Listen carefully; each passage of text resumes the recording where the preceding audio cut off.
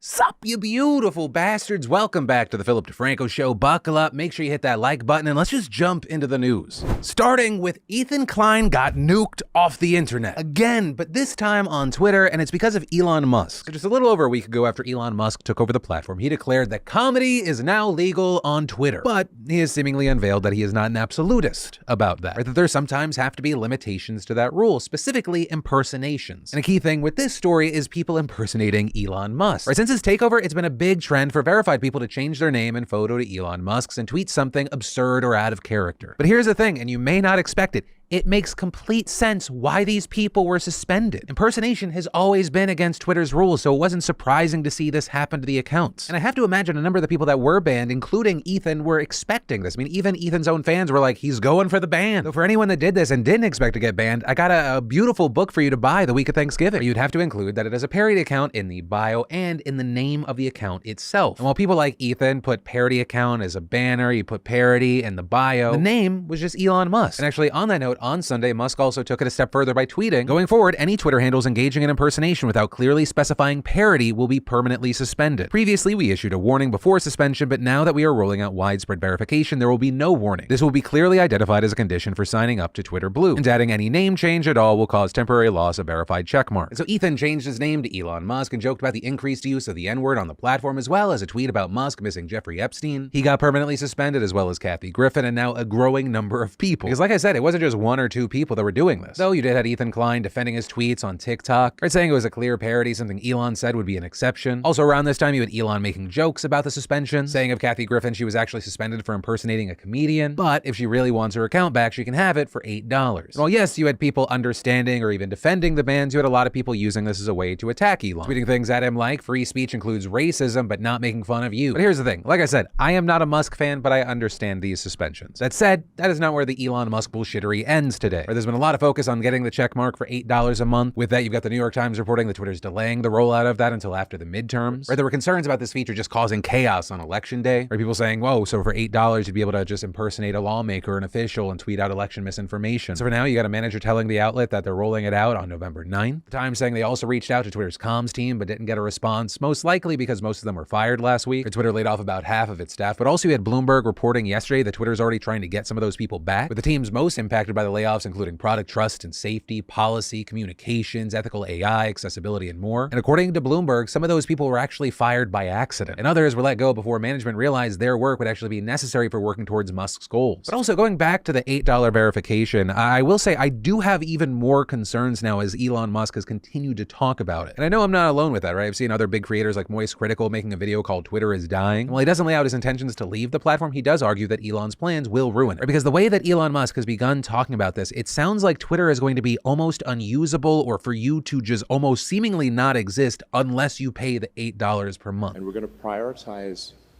Twitter search, replies, mentions by verified users first.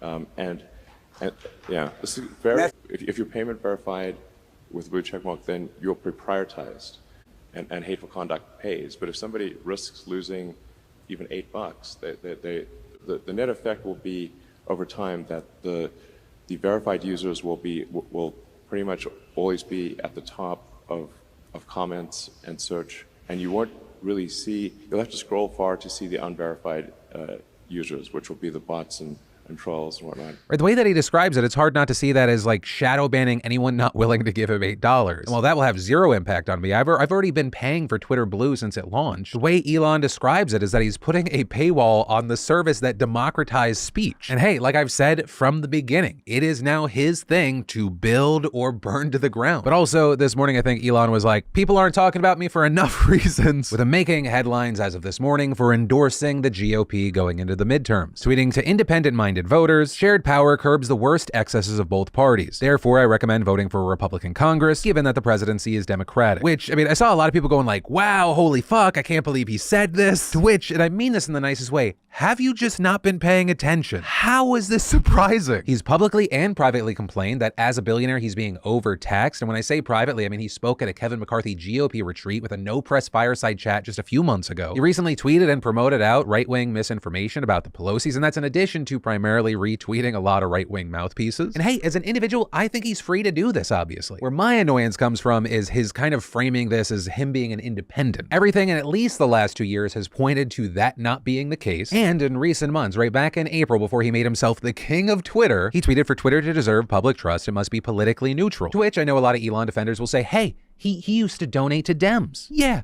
So did Trump. I don't think you would call him an independent. I always try to be very fair in my reporting. I'm not always going to hit that mark. Everyone makes mistakes now and then. But most people who have watched me for a long time know I have made no secret that I'm left of center. Right? Like, I'm not co-signing defund the police, but I do think we need to tax the fuck out of billionaires. I agree with Obama that some on the left have gotten overly preachy and overreactionary, but I think that pales in comparison to the threat democracy is facing from a number of far-right Republicans as well as human rights. Whereas in the past, I was the enlightened centrist where it was like everything is equally bad. But yeah, that's where I'm at with all this. And I know we talked about it a lot, but I would love to know your thoughts on any and all aspects of this just clusterfuck in those comments down below. And friendly reminder, whatever comments you leave may end up in the Sunday community show, which if you didn't see, it premiered yesterday on the channel. It's been very, very loved. I'm so happy to see that. I really look forward to continually doing that in the future so that we can actually have a more in-depth conversation and interaction. And then it's official, the pandemic economy is done, which would have been great news for me to know before the value of my Peloton stock dropped 91%. Also, no, I will never get over it. Bicycle plus iPad. Obviously, that should be $1 trillion company. No, but we're not talking about Peloton today, even though that lives rent-free in my head. Instead, I'm talking about the implosion of Carvana. Because while I lost some money, holy shit, the father-son duo behind this company has lost tens of billions of dollars. Right, so Carvana sells used cars. When new cars were impossible to buy during the pandemic, used car prices soared. And if you got in on Carvana's rise, ooh, it was exciting. With its stock even selling for over $370 a share at one point. But today, it is now valued at $7. In fact, the stock is so volatile right now, the New York Stock Exchange halted trading on its shares this morning. While this is horrible for Carvana and its investors, this is a clear sign that the economy is returning to normal in many ways. Right, you have car brands finally able to get the electronics they need to build new cars, helping drive up their availability, although pricing remains volatile. I mean, shit got crazy during the pandemic. I know people that were spending like $35,000 to over $100,000 over sticker price to buy new vehicles. Talking absolute hate your money insanity. But also, a key thing, this isn't the only industry that's returning to normal. Right? Essentially anything that relied on electronics has seen their prices plummet as the chip industry has started to stabilize. But before you celebrate too hard, you should know that industry experts say we're not completely out of the woods yet. And then in positive news, yes, it turns out good news still happens now and then. 2 Korean miners were just saved after being trapped nearly 600 feet underground for 9 days. The two were reportedly working in a zinc mine in the country's southeast region when part of the mine collapsed, with rescue workers only discovering them after drilling a hole into an area and inserting a small camera. Finding the 2 men huddling together for warmth, and it turns out they managed to survive for so long by building a small tent and making a small fire, with the area luckily not filling with smoke because they actually managed to be trapped in an area that was quite spacious. And as far as how they survived so long, they drank water that dripped from the roof, and for food, they actually used instant coffee mix. Now, the 2 men were taken to the hospital after experiencing hypothermia and muscle pains, but reportedly this was only as a precaution, and they're expected to make a full recovery. With South Korea's president celebrating this news, writing on Facebook, "Thank you and thank you again for coming back safely from the crossroads of life and death." And later adding that their rescue gives new hope to the Republic of South Korea, which has been stricken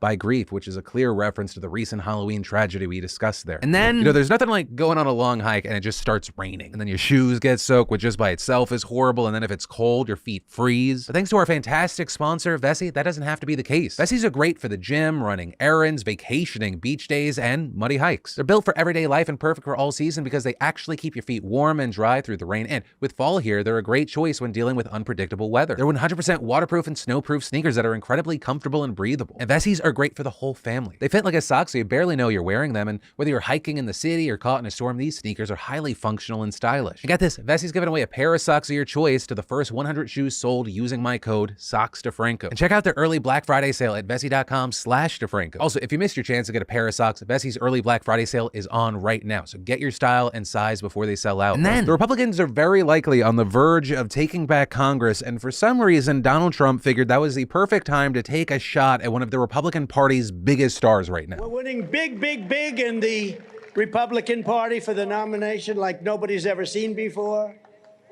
Let's see, there it is, Trump at 71, Ron DeSanctimonious at 10%. Ron DeSanctimonious. I just don't think that's gonna catch on. Or when you want something to stick, what is it? Keep it simple, stupid. That's a perfect advice. Little Marco, Lion Ted. And here's the thing, you got people buzzing about this moment because they're saying, hey, it signals a deepening rift within the Republican Party. Right, yeah, you got a ton of Republicans sticking to Trump like flies on shit, but many see DeSantis as a Trumpian alternative without all the baggage. But a key thing with this is I think it all just highlights how insecure Trump is. I mean, just last year, Trump suggested DeSantis could be his new running mate. But Trump now seemingly sees Florida man as a potential threat, with Trump reportedly telling advisors DeSantis is ungrateful and doesn't appreciate him. This is the Washington Post reported in September that the two hadn't spoken to each other in months. But then after the DeSanctimonious stuff, on Sunday, Trump took the stage in Miami and seemed to endorse DeSantis for governor. Are you going to re-elect Ron DeSantis as your governor of your state?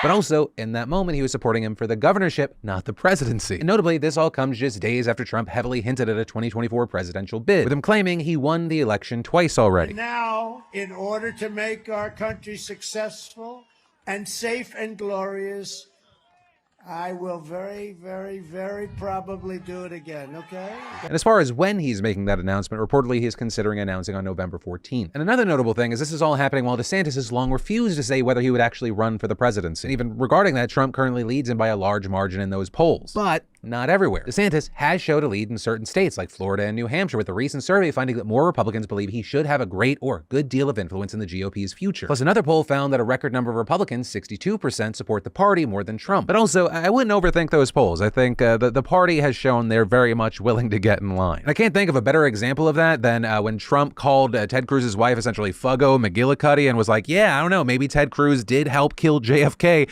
And then Ted Cruz was calling people like, hey, will you vote for Donald Trump? Can Daddy Trump count on your donation? And as far as predictions, unless something crazy or drastic happens, I personally don't see a world where Donald Trump doesn't run again and Ron DeSantis just waits for his time. Because I just can't imagine a world where he decides to go against Trump in the primaries and his political career doesn't end up extremely bruised, or with him having a ton of blood on his hands and alienating a huge portion of his base. Unless he goes into the primaries with kids' gloves on with the hope of being Donald Trump's VP. I don't know, we're getting ahead of ourselves. Because the midterms aren't even until tomorrow, though, like I've said, in most places, that's just the last day you can vote. I personally voted early over the weekend so my son could at least see what it looks like. That's a joke. I hope it's a joke. But I really do want to stress, even if you're like disillusioned and just exhausted by national politics, you should vote tomorrow. While voting for senators and House members is incredibly important, there's a lot of propositions, a lot of other shit that you should be voting for. For example, in California, there's props on explicitly protecting the right to an abortion. Should the state ban the sale of flavored tobacco products? Should online sports betting be made legal? Should wealthy Californians pay an additional 1.75% in state taxes, with the bulk of that money meant to subsidize the purchase of electric vehicles and set up charging stations and other infrastructure? But all of that's just stuff in my state. There's 49 other states with their own unique things going on. But with all that said, as far as like the main noise around the midterms right now, yeah, you should continue to expect Trump and his allies promoting baseless claims about fraud or elections being rigged, just as they did in 2020. Though the key thing there is, despite their repeated lies, they were never able to prove that there were any instances of widespread voter fraud, with many election deniers pointing to the fact that it took several days for major news outlets to officially call the election. Though, very notable there are very legitimate reasons why it could take a minute before we see any final results. Right, I say this not just looking back, but moving forward. Each state has different rules for carrying out the election process, like when polls close and when ballots can even start to be counted. There are also varying rules for when mail-in ballots can be received and counted that can extend when they'll be tallied, which is why early results can sometimes give a false impression, especially in places that have seen a major rise in the number of people voting by mail, right? Remember back in 2020, we talked a lot about the red mirage, right? You had ballots cast on election day being reported first and they favored Republicans, but then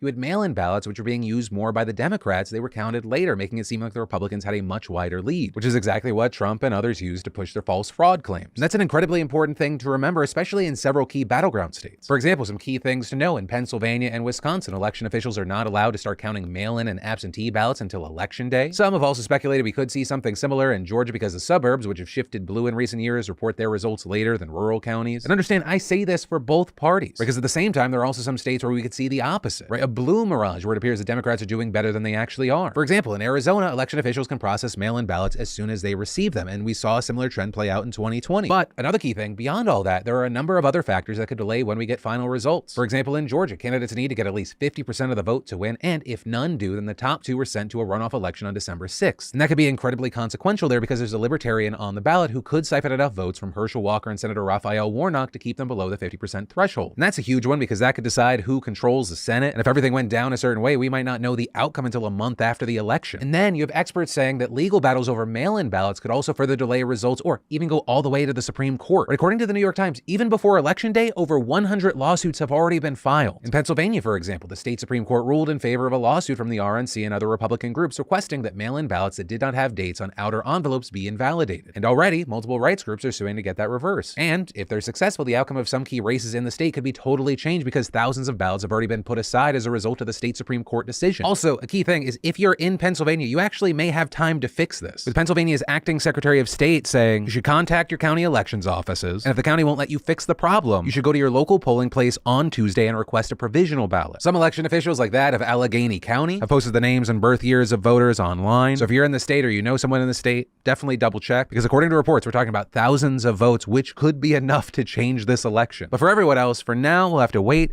and see what happens. But that is where that story and today's show ends. As always, thank you for watching, like, and remember your comments down below could be a part of our brand new Sunday show, which if you haven't seen yet, we premiered yesterday. I'll also link to it down below, or you can click or tap right there to watch it. But as always, my name's Philip DeFranco. You've just been filled in. I love yo faces, and I'll see you tomorrow.